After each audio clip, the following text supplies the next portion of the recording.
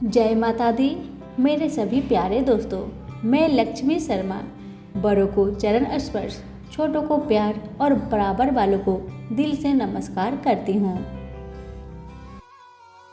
आज आप सुनेंगे तुलसी विवाह की कहानी। सभी प्रेम से बोलिए तुलसी मैया की जय हो।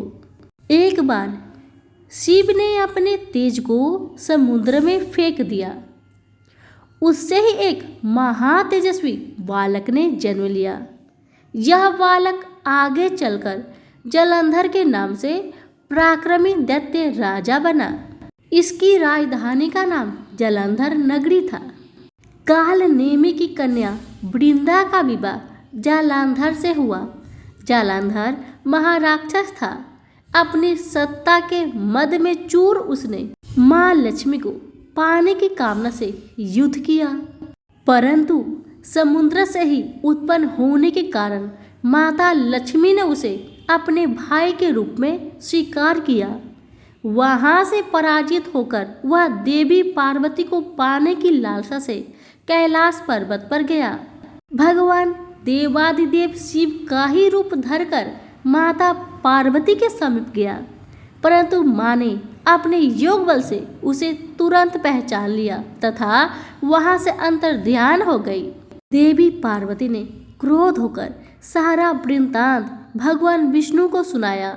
जालंधर की पत्नी वृंदा अत्यंत पतिव्रता स्त्री थी। उसी के पतिव्रत धर्म की शक्ति से जालंधर न तो मारा जाता था और न ही किसी से पराजित होता था। इसलिए जालंधर का नाश करने के लिए वृंदा के पतिव्रत धर्म को भंग करना बहुत ही आवश्यक था। इसी कारण भगवान विष्णु ऋषि का वेश धारण कर वन में जा पहुंचे, जहां वृंदा अकेली भ्रमण कर रही थी। भगवान विष्णु के साथ दो मायावी राक्षस भी थे, जिन्हें देखकर वृंदा भयभीत हो गई। ऋषि ने वृंदा के सामने पल में ही दोनों राक्षस को भस्म कर दिया। उनकी शक्ति को देखकर वृंदा ने कैलाश पर्वत पर महादेव के साथ युद्ध कर रहे अपने पति जालंधर के बारे में पूछा। ऋषि ने अपने माया जाल से दो बानर प्रकट किए। एक बानर के हाथ में जालंधर का सिर था तथा दूसरे के हाथ में धर। अपने पति की यह दशा देखकर वृंदा मूर्छित होकर गिर पड़ी। होश में आने पर उन्होंने ऋषि रूपी भगवान से विनती की कि उसके पति को जीवित करे। भगवान ने अपनी माया से पुनः जालंधर का सिर धड़ से जोड़ दिया, परंतु स्वयं भी वही शरीर में प्रवेश कर गए। वृंदा को इस छल का तनिक भी आभास न हुआ। जालंधर बने भगवान के साथ वृंदा पतिव्रता का व्यवहार करने लगी, जिससे उसका अस्तित्व भंग हो गया। ऐसा होते ही वृंदा का पति जालंधर युद्ध में हार गया।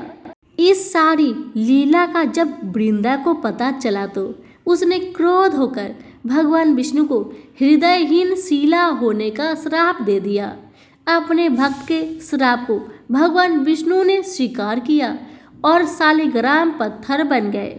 सृष्टि के पालनकर्ता के पत्थर बन जाने पर ब्रह्मांड में असंतुलन की स्थिति हो गई। यह देखकर सभी देवी देवताओं ने वृंदा से प्रार्थना की वह भगवान विष्णु को श्राप मुक्त कर दे। वृंदा ने भगवान विष्णु को श्राप मुक्त कर स्वयं आत्मदाह कर लिया। जहाँ वृंदा भस्म हुई वहाँ तुलसी का पौधा उगा। भगवान विष्णु ने वृंदा से कहा, हे वृंदा, तुम अपने अस्तित्व के कारण मुझे लक्ष्मी से भी अधिक प्रिय हो। अब तुम तुलसी के रूप में सदा मेरे साथ रहोगी। अब से हर साल कार्तिक महीने के देव उठनी एकादशी का दिन तुलसी विवाह के रूप में मनाया जाएगा।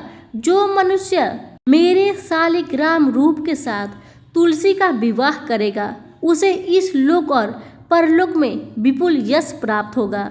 उसी दैत्य जालंधर की यह भूमि जालंधर के नाम से विख्यात है। सती वृंदा का मंदिर मोहल्ला कोट किशनचंद में स्थित है।